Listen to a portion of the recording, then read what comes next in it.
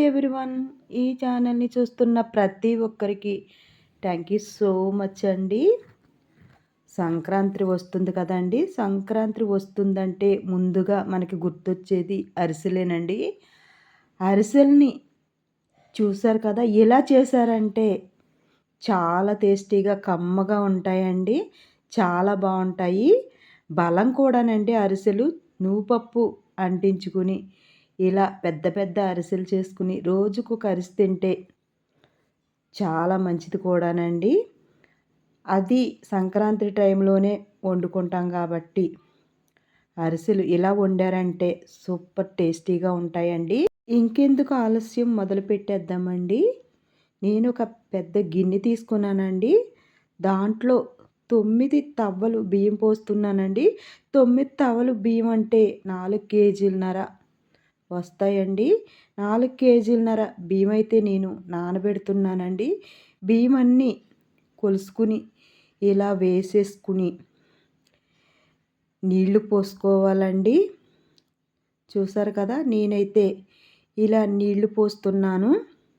నీళ్లు పోసి ఒక్కసారి బాగా బియ్యాన్ని 2 సార్లు కానీ ఒకసారి కానీ బాగా కడిగి మళ్ళీ నీళ్లు పోసి మూత పెట్టాలండి. బియ్యం అయితే కోట బియ్యం వేసుకుంటే అరిసె అయితే ఇరక్కుండా కరెక్ట్‌గా వస్తుందండి. పాత బియ్యం కంటే కూడా కోట బియ్యం అరిసెలకి బాగా పనిచేస్తాయండి. చూసారు కదా! బియ్యం అయితే నేను 36 గంటలు నానబెట్టానండి. అంటే 2 రాత్రులు ఒక పగలు నానబెట్టాను బియ్యాన్ని. పూటకి కూడా బియ్యాన్ని శుభ్రంగా కడుక్కుంటూ నీళ్లు తీసి మళ్ళీ కొత్త నీళ్లు పోసుకోవాలండి. బియ్యం అయితే నేను శుభ్రంగా కడిగేసి ఒక కన్నాల బుట్టలోకి తీసుకుంటున్నానండి. చూసారు కదా! ఇలా కన్నాల బుట్టలోకి తీసుకుని నీళ్ళన్నీ వాడేసి ఒక కవర్లో వేస్తున్నానండి.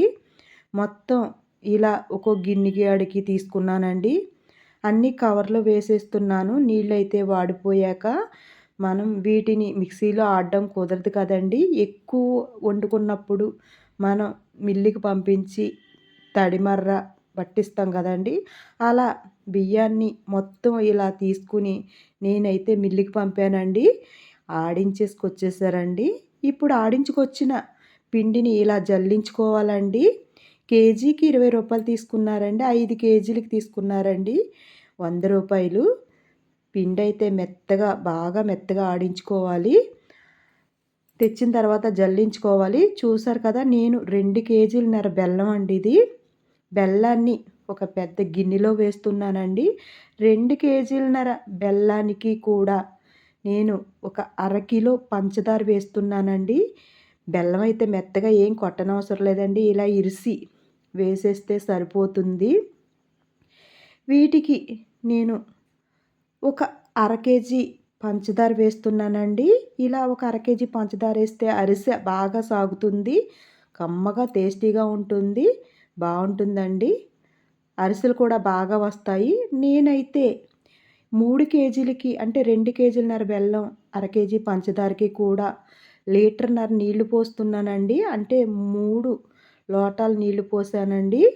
మూత పెట్టి స్టవ్ వెలిగించానండి. బెల్లం అంతా కూడా ఇలా కరిగిన తర్వాత స్టవ్ ఆఫ్ చేసి దీన్ని వడకట్టుకోవాలండి. దీంట్లో ఆకులు, దుమ్ము కూడా ఉంటుందండి. పాకాన్ని నేను వేరే తెపాల్లోకి తీసుకుని చూసారు కదా! ఇలా వడపోసానండి. దుమ్మంతా కూడా ఇలా చిక్కంలోకి వచ్చేస్తుంది. ఇలా కంపల్సరీ వడకేసుకోవాలి. చూసారు కదా! ఎంతుందో ఇసుక, తాటాకులు, దుమ్ము అంతా కూడా వచ్చేసిందండి. ఇప్పుడు మళ్ళీ స్టవ్ వెలిగించి పాకాన్ని ఉడకబెట్టుకోవాలండి. చూసారా పాకం ఉడుకుతుందండి. 3 కేజీల పాకం అండి ఇది. 2 కేజీలన్నర బెల్లం, అర కేజీ పంచదార. ఇలా ఉడుకుతున్న పాకాన్ని చాలాసేపు అయితే ఉడుకుతుందండి పాకం. ఒక గంట పట్టిందండి పాకం ఉడకడానికి. మంట హైలో పెట్టి. కొంతమంది అయితే ఇంకా కొంచెం ఎక్కువ నీళ్ళైతే పోస్తారండి. నేను కేజీకి అర లీటర్ కాడికి లీటర్‌న్నర పోసానండి. కొద్దిగా ఎలాచీ పౌడర్ వేసానండి. ఉడుకుతున్న పాకంలో ఒకసారి ఇలా బాగా కలుపుకుంటూ పాకాన్ని మంచి కలర్ వచ్చేలాగా ఉడకబెట్టాలండి. ఆల్రెడీ పాకం దగ్గరికి వచ్చేసిందండి, ఉడికిపోయింది చూసారా? చాలా బాగుందండి పాకం, మంచి కలర్ వచ్చింది. ఇలా పాకం దగ్గరికి వచ్చాక ఒక పావు కిలో ఆయిల్ వేయాలండి. అంటే ఎక్కువ కదండి, ఇది 3 కేజీల పాకం కాబట్టి నేను ఒక పావు కిలో ఆయిల్ పాకంలో వేస్తున్నానండి. ఇలా పాకంలో ఆయిల్ వేసి బాగా కలుపుకోవాలండి. అప్పుడు చలివిడి బాగా వస్తుందన్నమాట. చూసారు కదా, పాకం అయితే దగ్గరికి వచ్చిందండి. ఒక గిన్నెలోకి నీళ్లు తీసుకుని పాకాన్ని ఉండ చూసుకోవాలండి. టంగును మోగేలాగా అవ్వాలన్నమాట. పాకం అయితే చాలా బాగా వచ్చిందండి. ఇప్పుడు కొద్ది కొద్దిగా నలుపుకుంటూ పిండి వేసి, అంటే పిండి ఎక్కడ పొడారిపోతుందని నొక్కుతాం కదండీ జల్లించేటప్పుడు, అలా కలుపుకుంటూ పిండిని కొద్ది కొద్దిగా వేసి ఇలా పాకాన్ని ఈ మాదిరిగా చేసుకోవాలండి. చలిమిడి అయితే రెడీ అయిపోయిందండి. కొద్ది కొద్దిగా పిండేసి ఇలా చలిమిడి చేసుకుని స్టవ్ మీద ఒక పళ్ళుం పెట్టుకోవాలండి. అరిసెలంటేనే పళ్ళుం పెట్టుకుంటే బాగుంటుందండి, మూకుడు పనిచేయదు. నేనైతే 2 కేజీల ఆయిల్ వేసానండి. అంటే కేజీకి కేజీ ఆయిల్ కంపల్సరీ పడుతుంది. 3 కేజీల ఆయిల్ అవుతుందండి. నేను ఫస్ట్ 2 కేజీలు వేసాను. నువ్వుపప్పు అంటించుకుంటూ కమ్మగా ఉంటాయండి అరిసెలు. ఇంట్లోకి ఇలా నువ్వుపప్పు అంటించుకుని అరిసెల్ని ఇలా నొక్కుకుంటూ వేసుకోవాలండి. ఒకళ్ళిద్దరైతే అరిసెలు వండడం కష్టమండి, ఎక్కువ కాబట్టి. ఇది 3 కేజీల అరిసెలు కాబట్టి మేము ముగ్గురం ఉండి అరిసెల్ని వండామండి. ఇద్దరు చేస్తూ వేస్తూ, ఒకళ్ళు నొక్కుతూ అరిసెలో వచ్చిన నూనెని నొక్కుతూ, అలా ముగ్గురు నలుగురం చేసామండి ఈ పిండి వంటని. చూసారు కదా, ఇలా అరిసెల్ని వేసుకుని తిరగేస్తూ ఆయిల్ని నొక్కుకుంటూ అరిసెలనైతే ఇలా వండుకోవాలండి. చూసారు కదా అరిసెలు ఎంత బాగా వస్తున్నాయో. అసలు ఏ ఒక్క అరిసి కూడా ఇరగడం కానీ పగలడం కానీ జరగలేదండి. చాలా బాగా వచ్చాయండి అరిసెలు. ఇలా చూసారు కదా, ఇలా వేసుకుని నొక్కుకుంటే ఆయిల్ అంతా కూడా కిందకు వచ్చేస్తుందండి. తీసిన అరిసెల్ని ఒక న్యూస్ పేపర్లు వేసుకుని వాటిపై ఇలా వేసుకుంటే సమానంగా వంగకుండా అరిసెలు వస్తాయండి. చూసారు కదా, అరిసెలు చాలా బాగా అయితే వచ్చాయండి.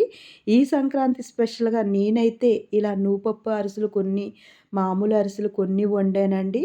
చూసారు కదా, అరిసెలు చాలా బాగున్నాయండి. ఇలా పెద్దగా వండి ఇలా వండుకుంటే కరకరలాడుతూ టేస్టీగా ఉంటాయండి. ఈ సంక్రాంతి స్పెషల్గా మీరైతే ఒక్కసారి ఇలా వండండి, చాలా బాగుంటాయి. చాలా రోజులైతే నిలవుంటాయి. కొన్ని అరిసెలైతే నేను ఇలా చేశాననమాట. ఈ వీడియో మీకు నచ్చినట్లయితే లైక్ చేయండి, షేర్ చేయండి, నా ఛానల్ని సబ్స్క్రైబ్ చేసుకోండి. Thank you for watching.